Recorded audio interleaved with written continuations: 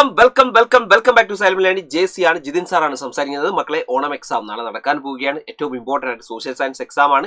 നിങ്ങളെ സംബന്ധിച്ചിടത്തോളം ഈ വർഷം നിങ്ങൾ 8ാം ക്ലാസ്സിൽ എത്തിയ സമയത്ത് ആദ്യത്തെ എക്സാം ആണ് ഓണം എക്സാം എന്ന് പറയുന്നത്. നിങ്ങളുടെ വീട്ടുകാരും നിങ്ങളുടെ സുഹൃത്തുക്കളും നിങ്ങളുടെ ടീച്ചേഴ്സും എല്ലാവരും തന്നെ ഈ ഓണം എക്സാമിലെ മാർക്ക് വലിയ തരത്തിലേക്ക് നോക്കുന്നുണ്ട്.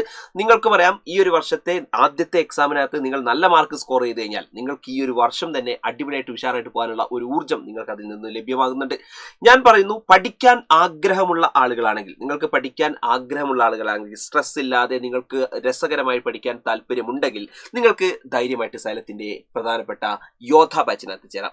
യോധ ബാച്ചിനകത്ത് ചേർന്ന് കഴിഞ്ഞാൽ ഒരുപാട് ഫീച്ചേഴ്സുകൾ അതിനകത്തുണ്ട് മക്കളെ. ആ ഫീച്ചേഴ്സുകളൊക്കെ നിങ്ങൾക്ക് അവിടെ കാണാൻ വേണ്ടി പറ്റും. അപ്പോൾ പെട്ടെന്ന് തന്നെ യോധ ബാച്ചിനകത്ത് പെട്ടെന്ന് മുകളിൽ കാണുന്ന 9995 400 800 എന്ന് പറഞ്ഞ നമ്പറിൽ വിളിക്കുക. പെട്ടെന്ന് യോധയുടെ ഭാഗമായി മാറുക. എനിക്ക് പറയാനുള്ളത് നമ്മുടെ ഓണം എക്സാമിനെ കുറിച്ചാണ്.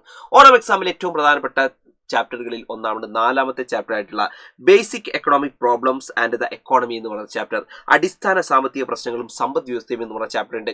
ഈ ചാപ്റ്ററിനകത്തെ ഒന്ന് റിവൈസ് ചെയ്യാണ്. അതായത് ഈ ഒരൊറ്റ വീഡിയോയ്ക്കകത്ത് ഈ ചാപ്റ്ററിലെ ഏറ്റവും ഇമ്പോർട്ടൻ്റ് ആയിട്ടുള്ള കാര്യങ്ങൾ നമ്മൾ എന്ത് ചെയ്യാണ്, ഡിസ്കസ് ചെയ്യാൻ പോവാണ് മക്കളെ. അങ്ങനെ വരികയാണെങ്കിൽ ആദ്യമായിട്ട് നമ്മൾ പഠിക്കേണ്ട ഒരു ഇമ്പോർട്ടൻ്റ് ആയിട്ടുള്ള ക്വസ്റ്റ്യൻ എന്താണ്? നിങ്ങൾ നോക്കും മക്കളെ, what are the important basic economic problems that a country faces in relationship between goods and production of process of goods and services, describe anyone. മക്കളെ, സാധനങ്ങളുടെയും സേവനങ്ങളുടെയും ഉൽപ്പാദന പ്രക്രിയയുമായി ബന്ധപ്പെട്ട് ഒരു രാജ്യം അഭിമുഖീകരിക്കുന്ന 3 അടിസ്ഥാന സാമ്പത്തിക പ്രശ്നങ്ങൾ ഏതെല്ലാം? അവയിൽ ഏതെങ്കിലും ഒന്ന് വിവരിക്കുക. ഏതെങ്കിലും ഒന്നിനെ കുറിച്ച് വിവരിക്കാൻ ചോദിച്ചു. മക്കളെ, എന്തൊക്കെയാണ് ബേസിക് എക്കണോമിക് പ്രോബ്ലംസ് എന്ന് പറഞ്ഞാൽ പ്രധാനമായിട്ട് 3 ബേസിക് എക്കണോമിക് പ്രോബ്ലംസ് ആണ് ഇവിടെ പറയുന്നത്. ഏതൊക്കെയാണ് മക്കളെ? ഒന്നാമത്തത് വാട്ട് ടു പ്രൊഡ്യൂസ്, എന്തു ഉൽപ്പാദിപ്പിക്കണം. രണ്ടാമത്തത് നിങ്ങൾക്കറിയാം ഹൗ ടു പ്രൊഡ്യൂസ്, എങ്ങനെ ഉൽപ്പാദിപ്പിക്കണം അല്ലേ. മൂന്നാമത്തത് നിങ്ങൾ നോക്കി ആർക്ക് വേണ്ടി ഉൽപ്പാദിപ്പിക്കണം, ഫോർ വൂം ടു പ്രൊഡ്യൂസ്. അപ്പോൾ ഏറ്റവും പ്രധാനപ്പെട്ട ബേസിക് എക്കണോമിക് അല്ലെങ്കിൽ അടിസ്ഥാന സാമ്പത്തിക പ്രശ്നങ്ങൾ എന്ന് പറഞ്ഞാൽ what to produce, how to produce, for whom to produce. എന്ത് ഉൽപ്പാദിപ്പിക്കണം, എങ്ങനെ ഉൽപ്പാദിപ്പിക്കണം, ആർക്ക് വേണ്ടി ഉൽപ്പാദിപ്പിക്കണം. ഇതാണ് ഏറ്റവും മെയിൻ ആയിട്ട് നമ്മൾ അറിഞ്ഞിരിക്കേണ്ട ബേസിക് എക്കണോമിക് പ്രോബ്ലംസ് എന്ന് പറയുന്നത്. ഇതിനകത്ത് ഏതെങ്കിലും ഒന്ന് നമ്മളോട് ഇതുപോലെ വിവരിക്കാൻ പറഞ്ഞിട്ടുണ്ട്. അങ്ങനെയാണെങ്കിൽ നമ്മളെ ഫസ്റ്റ് വൺ നോക്കാം, വാട്ട് ടു പ്രൊഡ്യൂസ്, എന്ത് ഉൽപ്പാദിപ്പിക്കണം. അതിനെക്കുറിച്ച് നമ്മൾ എന്ത് ചെയ്യാം, ഒന്ന് നോക്കാം. എന്താണ് ഉൽപ്പാദിപ്പിക്കേണ്ടത്? റെഡി അല്ലേ? അപ്പൊ നിങ്ങൾ കാണാൻ പറ്റുന്ന മക്കളെ, a country has to produce many goods and services അല്ലേ. നമുക്ക് അവിടെ കാണാൻ വേണ്ടി പറ്റുന്നുണ്ട്. ഒരു രാജ്യം പ്രധാനമായിട്ട് എന്താണ്, നിരവധി സാധനങ്ങളും സേവനങ്ങളും ഉൽപ്പാദിപ്പിക്കേണ്ടതുണ്ട് അല്ലേ.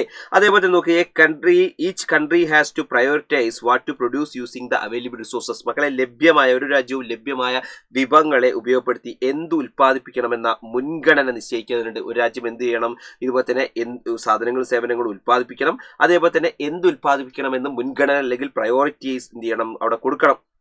ഒരു എക്സാമ്പിൾ പറയുകയാണെങ്കിൽ നിങ്ങൾ നോക്കിയാൽ മതി, ഒരു രാജ്യത്തിനകത്ത് ഫുഡ് ഷോർട്ടേജ് ഉണ്ടാവുകയാണെങ്കിൽ, ഒരു രാജ്യത്ത് ഭക്ഷ്യക്ഷാമം ഉണ്ടാവുകയാണെങ്കിൽ ആ രാജ്യം എന്തിലേക്ക് കൂടുതൽ പരിഗണന കൊടുക്കേണ്ടത്? ഫുഡ് പ്രൊഡക്ഷന്, അല്ലെങ്കിൽ ഇതുപോലെ തന്നെ കൂടുതലുമായിട്ട് ഭക്ഷ്യക്ഷാമം ഉണ്ടായിക്കഴിഞ്ഞാൽ ഭക്ഷ്യ ഉൽപ്പാദനത്തിന് ഇതുപോലെ തന്നെ പ്രാധാന്യം കൊടുക്കണം. അതേപോലെ തന്നെ മക്കളെ ശ്രദ്ധിക്കുക, പ്രധാനമായിട്ട് ഈ പറയുന്ന ഒരു രാജ്യം എപ്പോഴും ഇതേപോലെ തന്നെ ആ രാജ്യത്തിനകത്തുള്ള ആളുകളുടെ ആവശ്യങ്ങളും അല്ലെ, നീഡ്സും, അതേപോലെ തന്നെ ആ രാജ്യത്തിനുള്ള ക്വാണ്ടിറ്റി ഓഫ് പ്രൊഡക്ട്സ് അല്ലെങ്കിൽ സാധനങ്ങളുടെ തന്നെ ഉൽപ്പന്നങ്ങളുടെ തന്നെ അളവും, ഇത് എപ്പോഴും സന്തുലിതാവസ്ഥ എന്ത് ചെയ്യണം, നിലനിർത്തണം. ഇത് എപ്പോഴും എന്തായിരിക്കണം, സന്തുലിതാവസ്ഥ അല്ലെങ്കിൽ ബാലൻസ് എന്ത് ചെയ്യണം, ഉണ്ടായിരിക്കണം. So to achieve a balance between needs of the society and the quantity of produced in the country കേട്ടോ. അതായത് സമൂഹത്തിൽ രാജ്യത്ത് ഉൽപ്പാദിപ്പിക്കുന്ന സാധനങ്ങളുടെ അളവും അതുപോലെ തന്നെ ആളുകളുടെ ആവശ്യങ്ങളും തമ്മിൽ എന്ത് ചെയ്യണം, ഒരു സന്തുലിതാവസ്ഥ ഉറപ്പുവരുത്തണം. ഇതാണ് ഏറ്റവും മെയിൻ ആയിട്ടുള്ളത്. ഓക്കെ, റെഡി അല്ലേ? ഇനി മക്കളെ, അടുത്ത ഇമ്പോർട്ടന്റ് ആയിട്ടുള്ള ക്വസ്റ്റ്യൻ എന്ന് പറയുന്നത് നോക്ക് മക്കളെ, what are the differences between labour intensive technique and capital intensive technique.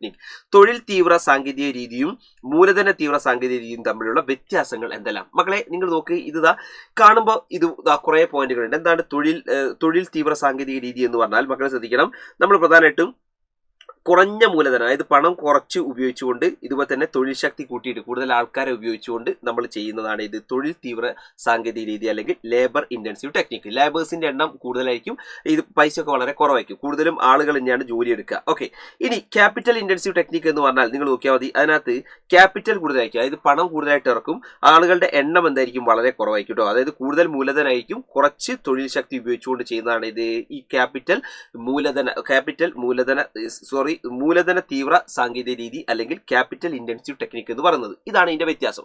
ഇനി ഇതിന്റെ ഫീച്ചേഴ്സ് എന്തൊക്കെയാണ്, ഇതിന്റെ പ്രധാനപ്പെട്ട ഫീച്ചേഴ്സ് എന്തൊക്കെയാണെന്ന് ചോദിച്ചു കഴിഞ്ഞാൽ ഇതാണ് പ്രധാനമായിട്ടുള്ളത്. ഇനി ഇതിന്റെ ഫീച്ചേഴ്സ് ഒക്കെ ചിലപ്പോൾ എക്സാമിന് ചോദിക്കും. മകളെ ഫീച്ചേഴ്സ് കാണുമ്പോൾ ഇങ്ങനെ നിങ്ങൾക്ക് അവിടെ കാണാൻ പറ്റും. ഫസ്റ്റ് തന്നെ ലേബർ ഇന്റൻസീവ് ടെക്നിക്കിൻ്റെതാണെങ്കിൽ കേട്ടോ ഇങ്ങനെ കുറേ ഫീച്ചേഴ്സുകൾ അവിടെ കൊടുക്കുന്നുണ്ട് കേട്ടോ. ഇതൊക്കെ പഠിക്കാൻ വളരെ ബുദ്ധിമുട്ടാണ് അല്ലേ, ഇങ്ങനെ കുറേ സാധനങ്ങളുണ്ട്. മകളെ ഞാൻ ഇതിന്റെ ഫീച്ചേഴ്സ് നിങ്ങൾക്ക് പഠിക്കാൻ ഏറ്റവും എളുപ്പത്തിലാക്കി തരികയാണ്. ഇത് പഠിച്ചാൽ മതി. ഈ പറയുന്ന ലേബേഴ്സ് ഇന്റൻസീവ് ടെക്നിക്കിന്റെയും ക്യാപിറ്റൽ ഇന്റൻസീവ് ടെക്നിക്കിന്റെയും തൊഴിൽ തീവ്ര സാങ്കേതിക രീതിയുടെയും മൂലധന തീവ്ര സാങ്കേതിക രീതിയുടെയും പ്രധാനപ്പെട്ടുള്ള പ്രത്യേകതകൾ ഞാൻ നിങ്ങൾക്ക് ഏറ്റവും ഈസി ആയിട്ട് ഞാൻ പറഞ്ഞു വെറും 4 പോയിന്റ് പഠിച്ചാൽ മതി. അതായത് നിങ്ങൾ നോക്ക്, ഈ സ്ലൈഡ് നിങ്ങൾക്ക് ഇവിടെ കാണാൻ വേണ്ടി പറ്റുന്നുണ്ട്. ഒന്നാമത്തേത് 2, 3, 4 സ്ലൈഡിലുള്ള കാര്യങ്ങൾ ഞാൻ നിങ്ങൾക്ക് ഒരൊറ്റ സ്ലൈഡിലാക്കി വെറും 4 പോയിന്റ് നിങ്ങൾ പഠിച്ചാൽ തന്നെ നിങ്ങൾക്ക് എന്ത് ചെയ്യും, മാർക്ക് കിട്ടും. അതായത് ഈ കോളം നിങ്ങൾക്ക് കാണാൻ വേണ്ടി പറ്റുന്നുണ്ട്. ഇതിനകത്ത് ഒരു ഭാഗത്ത് 4 പോയിന്റ്, ഒരു ഭാഗത്ത് 4 പോയിന്റ് അല്ലേ, മൊത്തം മലയാളവും ഇംഗ്ലീഷും കൂടി മൊത്തം 8 പോയിന്റ്. ഇതിനകത്ത് ഞാൻ പറയുന്നു നിങ്ങളാകെ ഈ പറയുന്ന ഇംഗ്ലീഷ് മീഡിയത്തിലുള്ള ആൾക്കാരാണെങ്കിൽ വെറും 4 പോയിന്റ് നിങ്ങൾ പഠിച്ചാൽ മതി. അതായത് മൊത്തം നമ്മൾ കണ്ട സാധനം വെറും 4 പോയിന്റ് പഠിച്ചാൽ മതി. എന്നാൽ തന്നെ നിങ്ങൾക്ക് എന്ത് ചെയ്യും, കിട്ടും. അതെന്താണെന്ന് അറിയാം, നോക്കിയോളൂ. ലേബർ ഇന്റൻസീവ് ടെക്നിക്ക്, തൊഴിൽ തീവ്ര സാങ്കേതിക രീതി, അതിന്റെ ഫീച്ചേഴ്സ് മാത്രം പഠിച്ചാൽ തന്നെ നിങ്ങൾക്ക് കിട്ടും. അത് നോക്കിയോളെ, അതിൽ മോർ ലേബേഴ്സ് ആണ്, കൂടുതലും ആരാണ്, ലേബേഴ്സ് ആണ്, കൂടുതൽ തൊഴിലാളികളാണ് ഉള്ളത്. ഇനി രണ്ടാമത്തെ നിങ്ങൾ നോക്കിയോളൂ, രണ്ടാമത്തത് ലോ ക്യാപിറ്റൽ ഇൻവെസ്റ്റ്മെന്റ് ആണ്. ലോ ക്യാപിറ്റൽ ഇൻവെസ്റ്റ്മെന്റ് അല്ലേ, ഈ ലോ ക്യാപിറ്റൽ ഇൻവെസ്റ്റ്മെന്റ് ആണ് അവിടെ കാണാൻ പറ്റുന്നത്. അതായത് കുറഞ്ഞ മൂലധന നിക്ഷേപമാണ് അവിടെ എന്ത് ചെയ്യുന്നത്, കാണാൻ വേണ്ടി പറ്റുന്നത്. പിന്നെ മോർ ടൈം അവിടെ ഉണ്ട് അല്ലേ, മോർ ടൈം, കൂടുതൽ സമയം നമുക്ക് അവിടെ ഉണ്ട് അല്ലേ, അതാണ്. പിന്നെ അടുത്ത് നോക്കിയോ, നാലാമത്തതായിട്ട് അവിടെ കാണുന്നുണ്ട് ലിമിറ്റഡ് ടെക്നോളജിയാണ് അല്ലേ, കുറഞ്ഞ സാങ്കേതിക വിദ്യയാണ് അവിടെ കാണുന്നത്. അപ്പോൾ 1, 2, 3, 4 ഇത് മാത്രം നിങ്ങൾ ഈ സെക്ഷൻ മാത്രം നിങ്ങൾ പഠിച്ചാൽ മതി. ഇത് എന്തുകൊണ്ടാണെന്ന് അറിയോ, നിങ്ങൾ നോക്കിയോളേ, ഇതിന്റെ നേരെ ഓപ്പോസിറ്റ് ആണ് ഇവിടെ ഉള്ളത്. ഇതിന്റെ ഒക്കെ നേരെ ഓപ്പോസിറ്റ് ആണ് ഇവിടെ ഉള്ളത്. നമുക്കൊന്ന് ചെക്ക് ചെയ്യാം. നിങ്ങൾ നോക്കൂ, ഇത് അവിടെ നോക്കിയോ, ഇവിടെ പറയുന്നുണ്ട് മോർ ലേബേഴ്സ് അല്ലെ, കൂടുതൽ തൊഴിലാളികളുണ്ട്. അപ്പോൾ അങ്ങനെയാണെങ്കിൽ ഈ പറഞ്ഞ ക്യാപിറ്റൽ ഇന്റൻസീവ് ടെക്നിക്കിന്റെ രീതി എന്താണ്, കുറഞ്ഞ തൊഴിലാളികളെയാണ് ഉപയോഗിക്കുക. അതുപോലെ തന്നെ കൂടുതൽ മൂലധനം ഉപയോഗിക്കും. കുറഞ്ഞ സമയം കൊണ്ട് നമുക്ക് വിളവുകളൊക്കെ നമുക്ക് കിട്ടും. കാരണം പ്രൊഡക്ഷൻ കുറഞ്ഞ സമയത്തിനുള്ളിൽ ഇത് നടക്കും. അതുപോലെ തന്നെ ടെക്നോളജി, കൂടുതലായിട്ടും ടെക്നോളജിയാണ് ഉപയോഗിക്കുക. നിങ്ങൾ ആലോചിച്ചോട്ടോ, ഇവിടെ പറഞ്ഞ ഈ സാധനം നേരെ ഓപ്പോസിറ്റ് ആക്കി ഇവിടെ അങ്ങ് എഴുതിയാൽ മതി. ഇവിടെ നോക്കിയേ, ഇവിടെ മോർ ടൈം ആണെങ്കിൽ ഇവിടെ നിങ്ങൾ എന്ത് ചെയ്തുക, ലെസ് ലേബേഴ്സ് അല്ലെ, മോർ ലേബേഴ്സ്. ഇവിടെ മോർ ലേബേഴ്സ് ആണെങ്കിൽ ഇവിടെ ലെസ് ലേബേഴ്സ് കേട്ടോ, അതിങ്ങനെ ഷോർട്ടാക്കി ചെയ്താൽ. അതേപോലെ തന്നെ ഇവിടെ ലോ ക്യാപിറ്റൽ ഇൻവെസ്റ്റ്മെന്റ് ആണെങ്കിൽ ഇവിടെ എന്താണ്, മോർ ക്യാപിറ്റൽ ഇൻവെസ്റ്റ്മെന്റ് എന്ന് എഴുതാം, മോർ ക്യാപിറ്റൽ ഇൻവെസ്റ്റ്മെന്റ്. ഓക്കെ. അതുപോലെ ഇവിടെ മോർ ടൈം ആണെങ്കിൽ ഇവിടെ ലെസ് ടൈം, നേരെ ഓപ്പോസിറ്റ്. അതേപോലെ തന്നെ ഇവിടെ ലിമിറ്റഡ് ടെക്നോളജിയിൽ ഇവിടെ എന്താണ്, മോർ ടെക്നോളജി. ഓർത്ത് വെച്ചോളൂ. അപ്പോൾ നോക്കിയേ, ഇവിടെ കൂടുതൽ തൊഴിലാളികൾ ഉണ്ടെങ്കിൽ ഇവിടെ എന്താണ്, കുറഞ്ഞ തൊഴിലാളികൾ. അതേപോലെ തന്നെ ഇവിടെ കുറഞ്ഞ മൂലധനം ആണെങ്കിൽ ഇവിടെ എന്താണ്, കൂടുതൽ മൂലധന നിക്ഷേപം. ഇവിടെ കൂടുതൽ സമയമുണ്ടെങ്കിൽ ഇവിടെ എന്താണ്, കുറഞ്ഞ സമയം. ഇവിടെ കുറഞ്ഞ സമയം. ഇവിടെ കുറഞ്ഞ സാങ്കേതിക വിദ്യ ആണെങ്കിൽ ഇവിടെ കൂടുതൽ സാങ്കേതിക വിദ്യ. അപ്പോൾ ഈ രീതിയിലേക്ക് ഒന്നിന്റെ നേരെ ഈ ഭാഗത്തുള്ള ഈ 4 എണ്ണം നിങ്ങൾ പഠിച്ചു കഴിഞ്ഞാൽ ഇതിനെ നേരെ ഓപ്പോസിറ്റ് ആക്കി നിങ്ങൾ എഴുതിയാൽ മതി. അപ്പൊ നിങ്ങൾക്ക് എന്ത് ചെയ്യും, ഇത് കിട്ടും കേട്ടോ. അപ്പൊ ഈ രീതിയിലേക്ക് പഠിച്ചോളാം. നിങ്ങൾ ആലോചിക്കുക, ഈ സ്ലൈഡ്, അതേപോലെ തന്നെ ഈ ഒരു ഭാഗം, ഇതൊക്കെ ഞാൻ നിങ്ങൾക്ക് വേണ്ടി ഷോർട്ട് ആക്കിയിട്ടാണ് എന്ത് ചെയ്യുന്നത്, ഈ രീതിയിലേക്ക് സെറ്റ് ആക്കി തന്നത് കേട്ടോ. ഈ ഒരു 4 പോയിന്റ് പഠിച്ചാൽ ഈ ഒരു ഭാഗം കഴിഞ്ഞു. നിങ്ങൾ ടെക്സ്റ്റ് തന്നെ ഒന്ന് പരിശോധിച്ച് നോക്കുക, എത്രത്തോളം ഇത് പഠിക്കാനുണ്ട് എന്ന് മക്കളെ ആലോചിച്ച് നോക്കുക കേട്ടോ. ഓക്കെ. ഇനി നെക്സ്റ്റ് വൺ, അടുത്ത മക്കൾ ശ്രദ്ധിക്കുക. പ്രധാനമായിട്ട് നിങ്ങൾക്കോട് ചോദിക്കാൻ സാധ്യതകളാണ് ഡിഫറെന്റ് ടൈപ്സ് ഓഫ് എക്കണോമിക്സ് അല്ലേ, ഈ പറഞ്ഞ എക്കോണമീസ്. മക്കളെ വിവിധ തരത്തിലേക്കുള്ള സമ്പദ് വ്യവസ്ഥകൾ 3 എണ്ണം ഉണ്ട് എന്നറിയാം. ഒന്ന് ക്യാപിറ്റലിസ്റ്റ് എക്കോണമിയാണ് അല്ലെങ്കിൽ മുതലാളിത്ത സമ്പദ് വ്യവസ്ഥ. 2 സോഷ്യലിസ്റ്റ് എക്കോണമി അല്ലെങ്കിൽ സോഷ്യലിസ്റ്റ് സമ്പദ് വ്യവസ്ഥ. മൂന്നാമത്തത് മിക്സ്ഡ് എക്കോണമി അല്ലെങ്കിൽ മിശ്ര സമ്പദ് വ്യവസ്ഥ. ഇങ്ങനെ 3 എണ്ണം ഉണ്ട്. മക്കളെ എക്സാമിന് ഏറ്റവും കൂടുതൽ ചോദിക്കുക ഇതാണ്, മിക്സഡ് എക്കോണമിയാണ് ചോദിക്കുക, മിശ്ര സമ്പദ് വ്യവസ്ഥയാണ് ചോദിക്കുക. എന്താണ് ക്യാപിറ്റലിസ്റ്റ് എക്കോണമി എന്ന് വെച്ച് കഴിഞ്ഞാൽ നമുക്കറിയാം, ഈ പറഞ്ഞ മുതലാളിമാരായിട്ടുള്ള ആൾക്കാർ അല്ലെങ്കിൽ ക്യാപിറ്റലിസ്റ്റുകളാണ് മെയിനായിട്ട് ഇത് കൺട്രോൾ ചെയ്യുന്നത്. അപ്പോൾ ഇത് മെയിനായിട്ട് കൺട്രോൾ ചെയ്യുന്നത് ആരാണ്, ക്യാപിറ്റലിസ്റ്റുകളാണ് എന്നുള്ളത് അറിയാം. മെയിനായിട്ട് അവരുടെ ലക്ഷ്യം, ഈ മുതലാളിമാരായിട്ടുള്ള ആൾക്കാരുടെ ലക്ഷ്യം എന്ന് പറഞ്ഞാൽ പ്രോഫിറ്റ് എന്നല്ലെങ്കിൽ ലാഭമാണ് ഇവരുടെ ലക്ഷ്യം. സോഷ്യലിസ്റ്റിൽ എന്ന് പറഞ്ഞാൽ ഇത് പബ്ലിക് ആണ്, ഗവൺമെന്റ് ആണ് ഫുള്ള് കൺട്രോൾ ചെയ്യുന്നത്. ഇവരുടെ ലക്ഷ്യം എന്ന് പറഞ്ഞാൽ വെൽഫെയർ ആണ്, വെൽഫെയർ ഓഫ് ദ പീപ്പിൾ ആണ്, ജനക്ഷേമമാണ് ഇവരുടെ ലക്ഷ്യം. എന്നാൽ ഈ മിക്സഡ് എക്കോണമി എന്ന് പറഞ്ഞാൽ അവിടെ പബ്ലിക്കും ഉണ്ട്, അതേപോലെ തന്നെ ആരും കൂടി ഉണ്ട്, പബ്ലിക് സെക്ടറും കൂടി ഉണ്ട്, അതേപോലെ തന്നെ ആരും കൂടി ഉണ്ട്, നമുക്ക് കാണാൻ വേണ്ടി പറ്റുന്ന ഈ പറയുന്ന നമ്മുടെ ക്യാപിറ്റലിസ്റ്റുകളും ഉണ്ട്. പബ്ലിക്കും ഈ പറയുന്ന ക്യാപിറ്റലിസ്റ്റും ഉണ്ട്, മുതലാളിമാരും ഉണ്ട്, പൊതുമേഖലയുണ്ട്. അപ്പോൾ ഇതാണ് ഇവരുടെ ഒരു പ്രത്യേകത. ഇതിന്റെ ഒരു എക്സാമ്പിൾ ആയിട്ടുള്ള രാജ്യമാണ് ഇന്ത്യ. മകളെ എക്സാമിന് ഇതാണ് ചോദിക്കുക, ഈ മിക്സഡ് എക്കോണമിയാണ് ചോദിക്കുക. അതെങ്ങനെയാ ചോദ്യം വരിക എന്നറിയോ, ഈ രീതിയിലേക്കാണ് ചോദ്യം വരിക. ഇതേ നോക്കിക്കോ, നിങ്ങൾക്ക് അവിടെ കാണാൻ വേണ്ടി പറ്റും. നോക്കുക, Which is the economy did India adopted after independence? What are the characteristics of this economy? അവിടെ ചോദിക്കുന്ന ചോദ്യം ഇതാണ് മക്കളെ, നോക്കുക. സ്വാതന്ത്ര്യാനന്തരം ഇന്ത്യ സ്വീകരിച്ചിട്ടുള്ള എക്കോണമി ഏതാണ്? സ്വാതന്ത്ര്യാനന്തരം ഇന്ത്യ സ്വീകരിച്ച സമ്പദ് വ്യവസ്ഥ അല്ലെങ്കിൽ എക്കോണമി ഏതാണ്?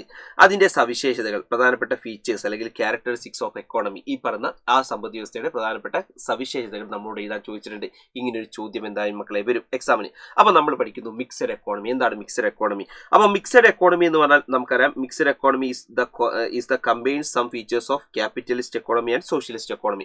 അപ്പോൾ മിശ്ര സമ്പദ് വ്യവസ്ഥ എന്ന് പറഞ്ഞാൽ ക്യാപിറ്റലിസ്റ്റ് എക്കോണമിയുടെയും പ്ലസ് ഈ പറയുന്ന സോഷ്യലിസ്റ്റ് എക്കോണമിയുടെയും ഒരു കോമ്പിനേഷൻ ആണ് ഇത് ഈ പറയുന്ന നമ്മുടെ മിശ്ര സമ്പദ് വ്യവസ്ഥ. രണ്ടും ഉണ്ട്, മുതലാളിത്ത സമ്പദ് വ്യവസ്ഥയുടെയും അതുപോലെ തന്നെ സോഷ്യലിസ്റ്റ് സമ്പദ് വ്യവസ്ഥയുടെയും ഒക്കെ തന്നെ ഒരു മിശ്ര രൂപമാണ് ഇത് ഇവിടെ ഈ പറയുന്ന മിശ്ര സമ്പദ് വ്യവസ്ഥ എന്ന് പറയുന്നത് കേട്ടോ.